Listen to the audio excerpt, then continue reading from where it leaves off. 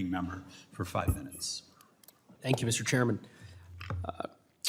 Deputy Chief, as I mentioned in my opening statement, I've introduced the Forest Service Flexible Housing Partnership Act, along with my colleague, Senator Bennett, in the Senate, which extends an existing authority that I know is being utilized right now in my district in Colorado, in the White River National Forest.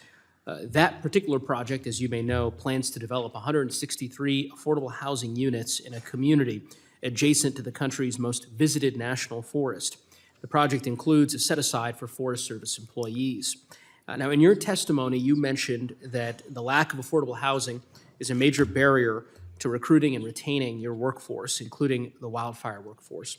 And I wonder if you might be able to provide some insight or perhaps expound a bit on how your agency works with project proponents to strike an appropriate balance between supporting both federal employees and the general housing needs.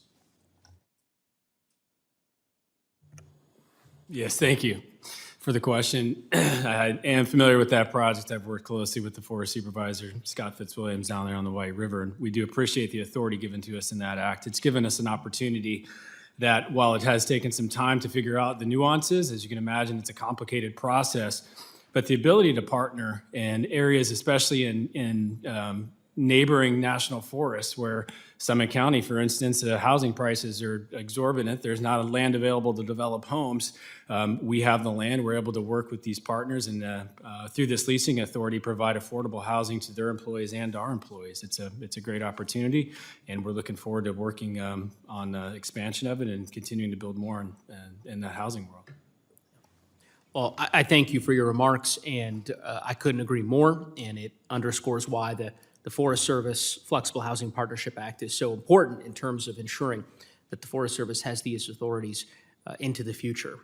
Ultimately, the bill is about collaboration and cooperation, and that's something that we take great pride in Colorado, and I think this is an example, a way in which the Forest Service can apply that same model perhaps in other communities across the country. I wonder if you, I suspect the agency has given some thought internally as to what other potential sites might exist to the extent that this legislation is enacted and the authority is extended. Yes, absolutely. We have, as you know, affordable housing, firefighter pay, two of the biggest barriers to getting more firefighters on, retaining firefighters, investing in their health and well-being. And as I mentioned earlier, the number of communities that are interadjacent to national forest systems that have housing costs that are just plain aren't affordable to people is a challenge that we're trying to overcome. And we have a couple other pilot opportunities that we're looking at and really looking forward to successfully implementing the project on the White River. Well, again, I thank you for your testimony. I think this is a program worth supporting and extending, and so I'm hopeful that my colleagues will support it. And with that, I will yield back, Mr. Chairman. Thank you to the ranking member. I'd like to